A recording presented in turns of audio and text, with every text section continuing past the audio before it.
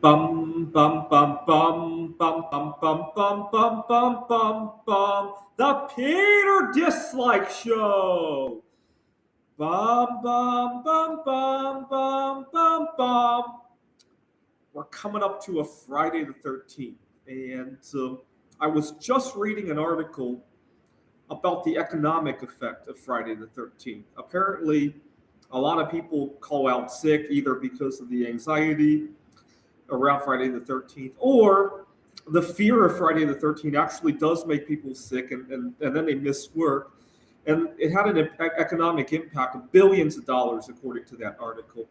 I got to point out one thing, though. Every time somebody measures the economic impact of sick days, I have a problem with the figure. People talk about how if you go get the flu vaccine, how it could save the economy so much because you'll have this many fewer sick days. Got to point out something though. What they do is they take how many sick days you take and multiply that by how much you make per day. Now, under that kind of idea, the fact that people only work 40 hours a week is destroying us, right? There are 168 hours in the week. Oh my God, the 128 hours that people are not working times what? 15 bucks an hour, 20 bucks an hour, whatever people make.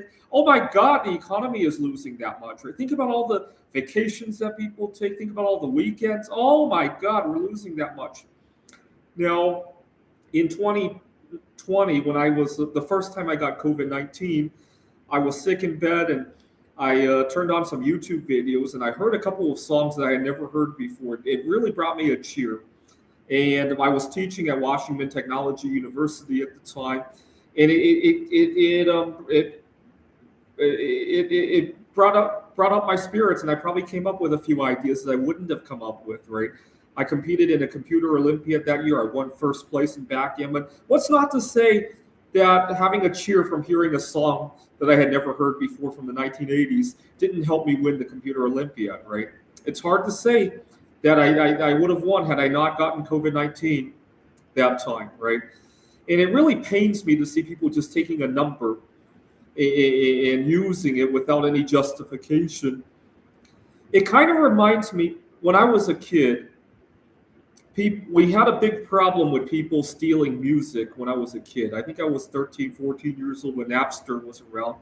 And the music industry would often say, we're losing X billion dollars a year. And what they did was they took some statistics on how many files were downloaded and multiplied that by how much each song was selling at Best Buy or wherever people were buying music back then, right? People were actually buying physical CDs back then, right?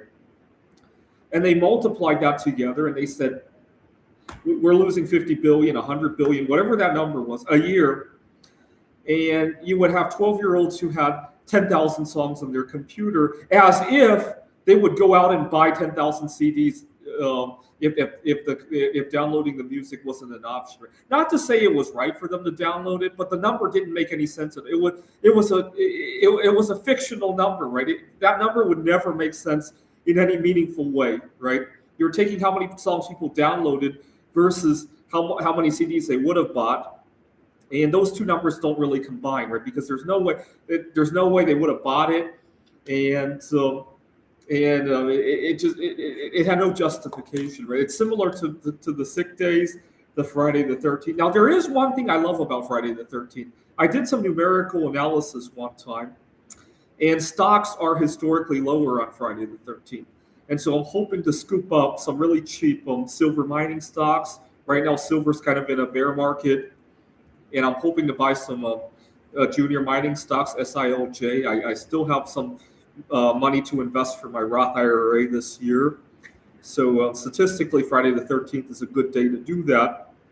Now, we're very fortunate this year because September 11th this year is on a Wednesday. So we leaped over the Tuesday because 2024 was a leap year. Historically, having September 11th on a Tuesday usually brings about a lot of bad events, right? Terrorism, pandemics, and there was a school shooting that one year. This century, every time September 11th fell on a Tuesday, really bad things have happened. So we're very fortunate to have leaped over that. And so that's very good. But I'm kind of taking advantage of another thing this year.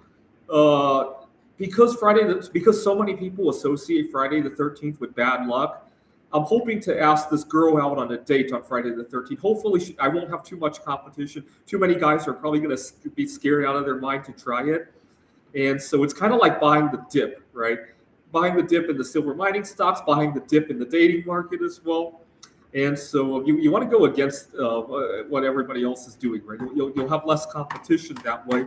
So in a way, I kind of like Friday the 13th. It's good luck for me, right? Good is bad and bad is good when it comes to having less competition. You want to do what everybody else is not doing, right? So pray that that date goes well, and pray that I get some opportunity to buy silver mining stocks. This is the Peter Dislike Show. Bum bum bum bum bum bum bum bum bum bum bum bum. The Peter Dislike Show. Bum bum bum bum bum bum bum. Bum bum bum bum bum bum bum bum bum bum bum bum. The Peter Dislike Show. Bum bum bum bum bum bum